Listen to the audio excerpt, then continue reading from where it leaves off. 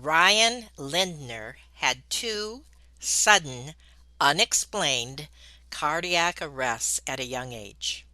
This forced him to explore different perspectives from profound, life changing events. Priorities change when time becomes precious. Problems look different when you have no energy left to give them. Ryan says, and I love this, if you are not living, then you are dying. Today, he is going to share how you can start living every single day. Have you ever felt like giving up, quitting, throwing in the towel? Welcome to Never Ever Give Up Hope featuring Carol Graham. She's an author, health coach, and motivational speaker. Backed into a corner multiple times in her life, Carol shares with you stories on how she overcame some of the toughest obstacles a person can go through in life, but refused to give up hope. Rather than admit defeat, an opportunity was presented, and it involves each and every one of you. Carol will feature spectacular guests who will share their messages of hope, encouragement, and their inspiration to prove why life's adversities only make you stronger. And now, welcoming the host of the show, here's Carol Graham. Ryan Lindner is a personal development specialist who has worked as a behavioral coach for clients and top organizations all over the world. After two sudden, unexplained cardiac arrests at a young age, he began to explore different perspectives with clients that come with any profound, life-changing event. Welcome, Ryan. Thank you so much for having me. I'm so happy to have you on Never Ever Give Up Hope. The first cardiac arrest and then the second, and you're still hanging on to that hope. So we are very anxious to hear your story today. Let's start at the beginning. I'm going to read a paragraph that you said, and then I'd like you to run with that and just share whatever you would like about that first experience. This is what you said. I'm going down now, I said to a young woman a few seconds before the darkness, my first cardiac arrest. As I returned to work as a behavioral coach, it became maddening to hear, for the 10,000th time, about all consuming everyday problems and misguided priorities while I was fighting to merely remain conscious. Wow. Take it away, Ryan. Yeah.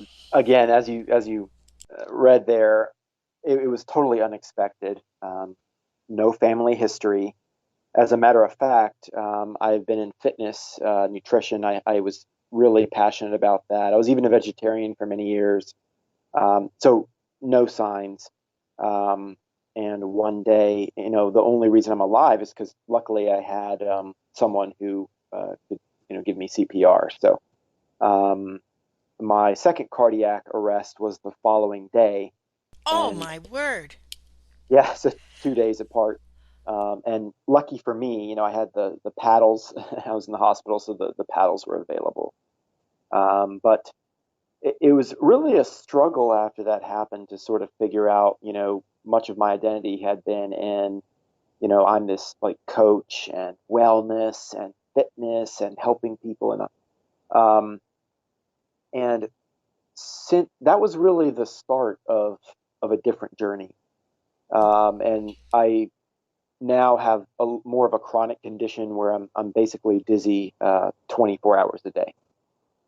So, and I've seen world-renowned specialists. In fact, the specialist, it was a year-long waiting list to even Oh, my to see him. goodness.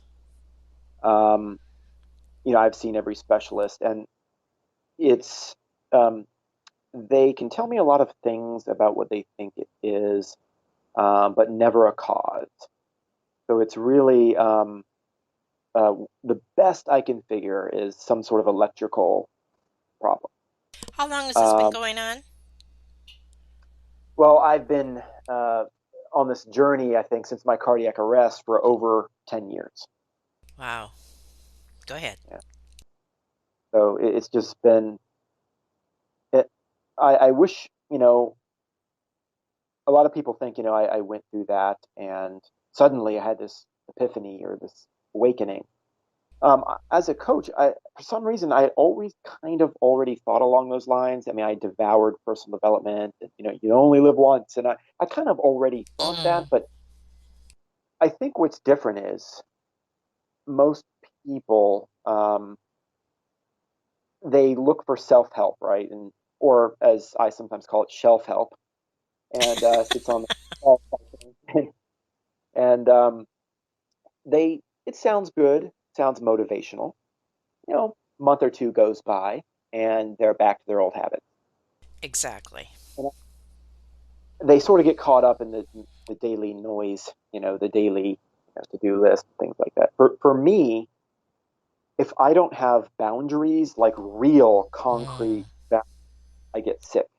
I get really sick. I start blood pressure tanks, uh, clammy, lightheaded, super dizzy, like I'm on a boat. Just and I go downhill. So I have learned because I've had to really hmm be good at time management and really manage my what is really important. And that includes worrying. Is what we worry about important most of the time? No, it's not. So hmm. I have learned to let a lot of that go. Let's start with worrying.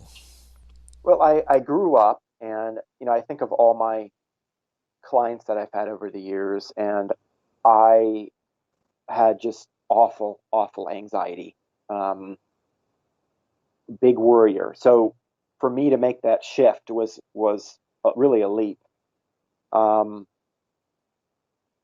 very introverted, uh, kind of a quiet natured guy, which some of my clients might be surprised to hear because, in professionally, I'm not shy, professionally, I'm fine, but it's really how I recharge my batteries and what drains me, what drains my energy. I mean, I'd rather, sit outside with one of my animals here and just enjoy the afternoon than go out for a noisy evening. Um, so yeah, I think coming to terms with, what am I going to do now? Who am I now? Um, the worrying, I had to really become clear. And there's one question I ask myself that I've sort of made a habit, and it's, what do I actually know about a situation? And for most people, they live their lives with mostly assumptions. So let me just, if I could, just give you a 30-second example. Sure, absolutely. Someone cuts you off in traffic, and for most of us, we're angry. We are furious. We might say a few words, a few choice words there, maybe a little yelling, honk the horn, what have you. Um, Now, what do you actually know about that situation? Now, if and I tell this a lot to clients, is now let's suppose you found out that the person who cut you off in traffic has their pregnant wife in the car who's like in labor. And would that change your opinion of the situation? Like he's racing to the hospital. Most people say, yeah, yeah, of course. Um, or let's assume that he just made a mistake. Just made a mistake. Do you ever make mistakes? I certainly make plenty. Um, when I make a mistake like that, I feel terrible about it, and I usually, oh, I'm so sorry, or number three is, let's assume the person's just a jerk. But what we do is we go on this like mental commentary for the next 20 minutes. This person's moved on with their lives. They're sorry or they're not. Who knows? Exactly. It makes no difference in the situation, really. But we live in assumptions. And when it makes no difference to the situation, we have this like mental commentary. And meanwhile, you've devoted energy to it. And that was what I used to be. and just the worrying and the constant dialogue in my head.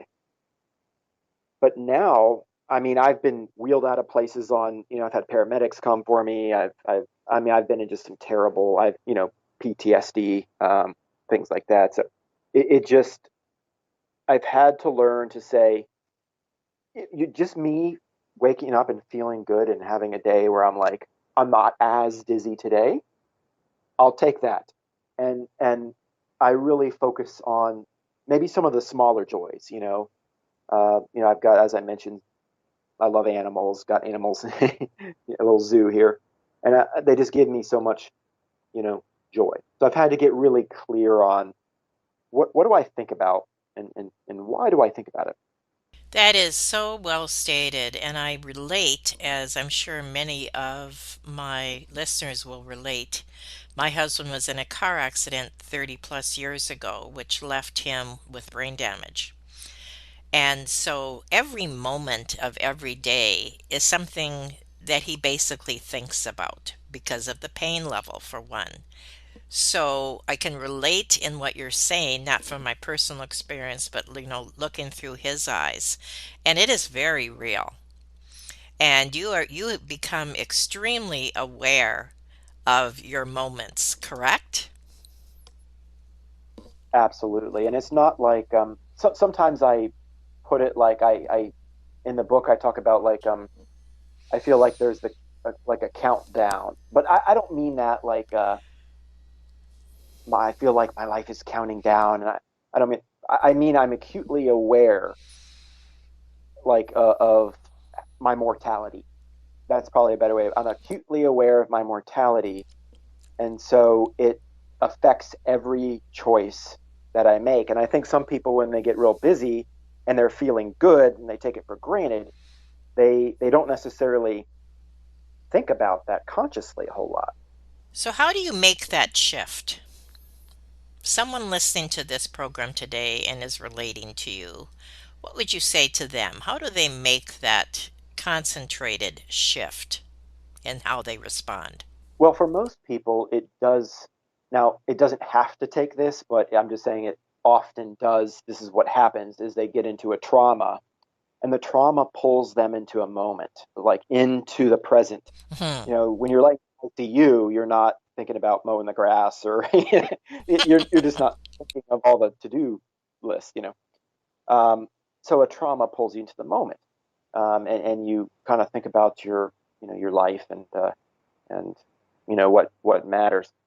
Not that it has to do that. I think it takes a catalyst a lot of times, but I think for most people, and anything could be a catalyst. It could be listening to this or a book or something you heard, or um, but it's about the daily practice of sort of shifting the habits. Mm. It's big, sometimes scary choices. Getting out of your comfort zone might be leaving a job that's been toxic in your life. It might be sometimes, often, scary, big choices. One thing that you said that I'd like you to expound a little bit more on, and that is the life changing moments that pull you into clarity. Now, you've already addressed this a little bit. Just address it some more, please. I think with my dizziness, again, I mentioned, I'm kind of acutely aware. Oh, okay, I'm not feeling well. I need to prioritize sort of the self care, and people interpret that as sometimes, oh, I must be miserable, or I think happiness is often a circumstance, right? And I think as we go throughout life, I am choosing things that allow me to explore my life and do the things that bring me joy. And I think often, and I've worked with a lot of clients in their careers who are just stressed to the max and working crazy hours. And um, Hmm. if we look at our current circumstance, it's kind of easy to get down and say, oh God, this is where I am. But if you really think about it, much of where we are is after a long series of micro decisions that we've made, sometimes over years. And sometimes, it's going to take changing those decisions, as I mentioned, to kind of get us out of that. And I've had to make a lot of tough decisions in my life, and it could have been um, letting some relationships go. It could have been changing jobs. It could have been moving. I've done all those things because I feel more clear than ever, just how, I don't know if fragile is the right word, but, we have these bodies that we've been given, and we're around people that we love for such an unfathomably short time. Right, right. And I'd rather, to me, the choices are clear. What exactly is a behavioral coach? Well, a behavioral coach isn't a counselor where we sort of dig into the history of the problems. We're more about changing habits and changing current behaviors, kind of into the future. So I've worked as a health and wellness coach. I've worked as a career coach. I've helped people through big transitions in their lives. Sometimes, getting out of their comfort zone. A good example of that is, working a lot with introverts because I can relate, helping them sort of align with their goals, overcome things, even like stage fright. So it's Yes. that mental dialogue that we have, and kind of shifting that.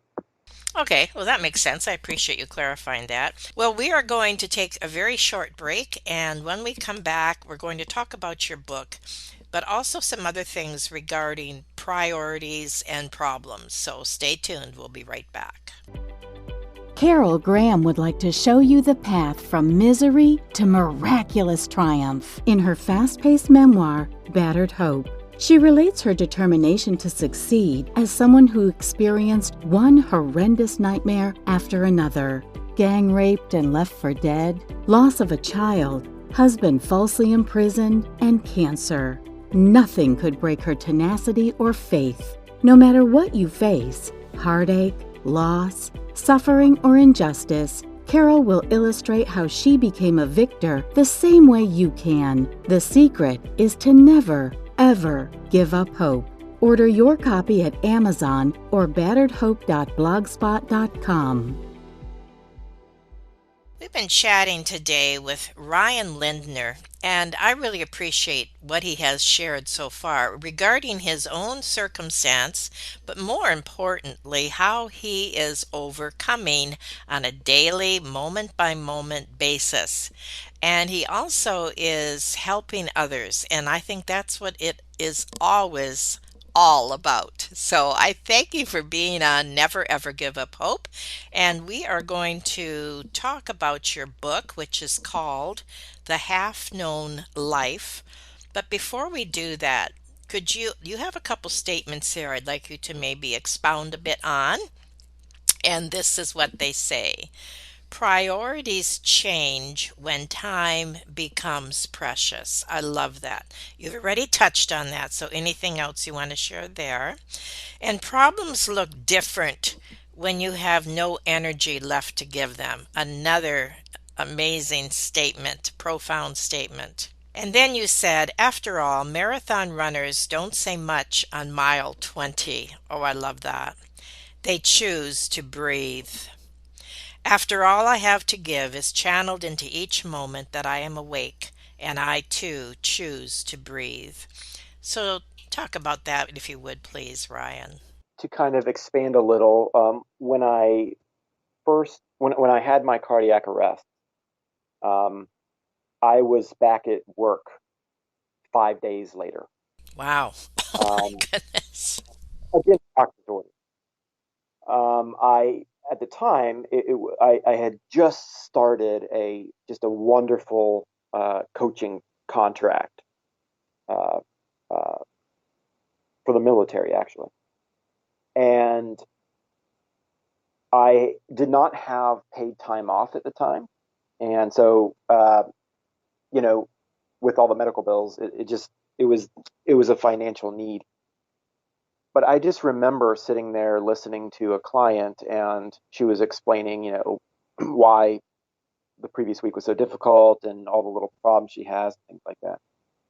And I remember that I was like teetering on consciousness, which kind of was my norm for several years. I was hooked up to some wires. It was virtual coaching. She couldn't see me at the time. It was tele over the phone, and I'm hooked to all these wires. And I just thought her problems just sounded so different because all I was concerned about was just, because to me, if I lost consciousness, which is totally frightening, Of course, of course. you lose control. And I didn't know what would happen because obviously, a couple days prior, I just had, some cardiac events. And I did have a pacemaker installed. I should add that. But I want to circle back to something I said earlier, which is like when you're in the ICU, you're not thinking about, mowing the grass or anything like that. But I think it's important to understand the to-do list will always be there, right? And we always kind of rush through it. So I Right, approach right. each day like, you know what? I'm just going to do what I can do today, and that's fine. And then tomorrow I'll do the same, and the next day I'll do the same. And it's no longer so much of a rush to get through these things because, you know, for parents out there, parents and homeowners and stuff like that, the stuff you, especially as a parent, it just never ends, right? So, each day you just take it as it comes. So you learn to let go. You learn to let go. Prioritizing. Force prioritizing. Yes, yes, exactly. So now tell us about your book. Who should read it?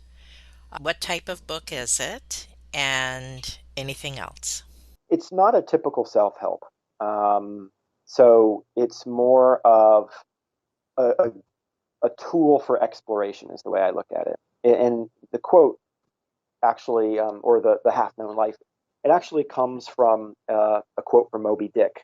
It's like, I think back of all the clients I've had, and I've had CEOs, executives, military generals, all kinds of things. I've had a psychologist once, and I was like, psychologist? Why? I thought they were, and I realized we're all just people, and we're all going through something. And no matter how smart you are, and had I've worked with some super, super smart people. No matter how smart you are, we can't always see ourselves. We can't always Right. see ourselves.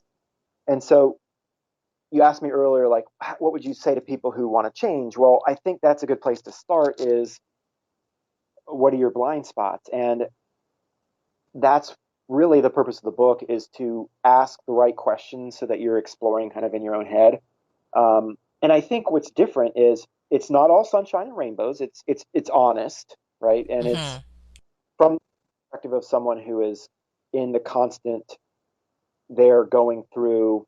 In the case of what I did, not knowing is this next moment, kind of my last. And when you look at a lot of self help out there, a lot of it is very sort of academic, where it's you have an expert or a guru or something. I think this might be different in that you know I work a lot with introverts. I'm an introvert. I I have gone through the experience that I often help with. So not a typical self help, but one that I think is for open minded people who really want to explore kind of within themselves. I appreciate that. And I also am wondering, how do you handle fear? Because I think that is something that people may be thinking about as they're listening to this, and they are in precarious situations in their own lives. How do you deal with that? Well, I think there's maybe different degrees of fear there. Like, I'll use an example I used earlier: fear of like public speaking. That's one fear, and then you've got sort of the fear of, well, you know, death in in other cases. Um, but I think a fear that people can wrap their head around, um, sort of an everyday fear is sort of that anxiety, the public speaking. Right, right. I think most people treat it as something that must be overcome or fixed. So therefore, there must be something wrong because I got to fix it. And so we hear advice. When I was a kid, it was like, oh, just picture people in their underwear, or or like Mm-hmm, mm-hmm. some crazy advice. And there's some good tips out there, but I think for me, I mean, I had it really bad. I mean, I would actually sweat through my shirt. It was that bad. Oh my Like it was word. real bad. Yeah, so bad. And now it really doesn't bother me at all. And it's because it all starts with your self dialogue. It really does. And I say, you know what?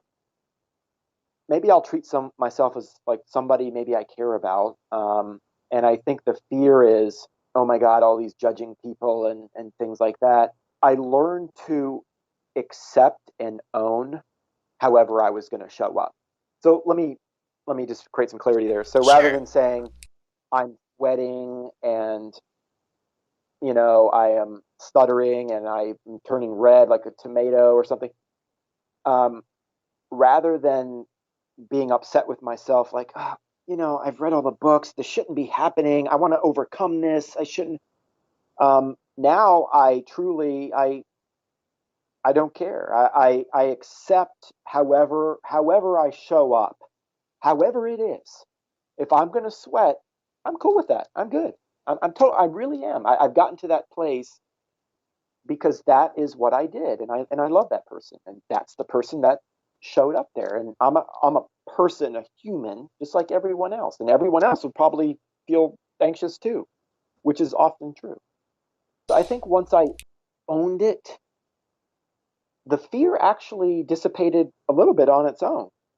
I stopped treating it as something that had to be fixed because a lot of times, even if we intellectually understand something, the body is wired. Like, even if I'm not even nervous at all, my body will, I can go up, it's reacting here.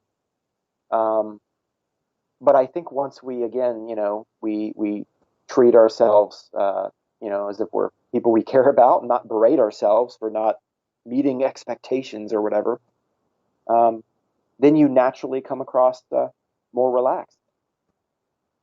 You think part of that too could be gratefulness? Like you're grateful just to be alive and just changing your focus to being in more of a Thanksgiving type of mode, a gratitude mode. What do you think? I think just being grateful. I'm just grateful to be there. I'm just Exactly. grateful to have the opportunity to even speak on it. So for me, again, coming back to the worrying we were talking about, I'm just not concerned about if I'm turning red or not. If I'm turning red, then I guess that's what it is. But and another important tip would be talk to groups just like you would talk to a person. They're not this Right, big scary right. group. Talk. I mean, most people are fine in individual conversation. I mean, we're talking right now, right? And in a big group, I would just look at individual people and just talk to them like I would in a Exactly. conversation.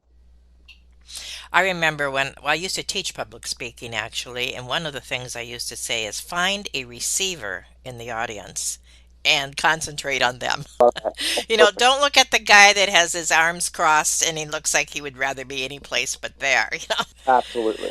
Yep. Now, you made a statement I'd like you to talk a little bit about, and that is why wait until you are burnt out or for a life-changing event to occur before getting real about your life? Again, it takes sometimes something that pulls us out of our sort of our daily habits, the noise, the to-do list. Whoa! Now I'm awakened. I guess something happened. I intended that more along the lines of like career, right? That's it. Most people, their careers create a lot of stress. I've worked with a lot of people. As I mentioned, I have helped a lot with like career transitions and things like that. Think about, most companies, they hire roles and not people. One thing I used to do is track turnover for companies, and then I used to help them, with programs like leadership training, things like that. But it's not that we have a work life or a personal life. It's all just life. Hmm. Hmm. There's no separation. It's just life, and I don't want to go every day somewhere where you're miserable. And hopefully, for people who are listening, it's not the case. But a lot of people become very sort of complacent or stagnant and stay there. Could be fear or uncertainty, but This is your life. And, if your job isn't aligning with your priorities, then maybe you fire the job. you know, um, again, there is no work life, there is no personal life. It's just you and the time you have here, and your purpose is to be an explorer of your life. Oh, I like that. Be an explorer of your life. Now, the name of your book, The Half Known Life, challenges conventional thinking of success, identity, and personal change. And it is available on all the regular channels, Amazon, etc. Yes. Yep. What would you like to challenge the audience with or just share as an encouragement? Most people, when I talk to them and when you meet someone, they say, "So what do you do?" Or "What do you do?" Right? It's like, I am blank. I'm a nurse. I'm an accountant. I'm a manager. I'm a this. And I would say that that is the purpose of the book, is to get you understand what that means. You know, as I mentioned, I worked a lot with military, and in the military, you become the role as like a lifestyle. And I always say, who would you be on a deserted island? Would you be a general, a lawyer, a doctor? No, it doesn't matter anymore. There are no roles. You're on a desert island. You were just there, and you're a person, and that's it. So I think, I guess in closing, I would say, and this is the crux of the message, is you're not a noun, you're a verb, and Hmm. say that's the general message.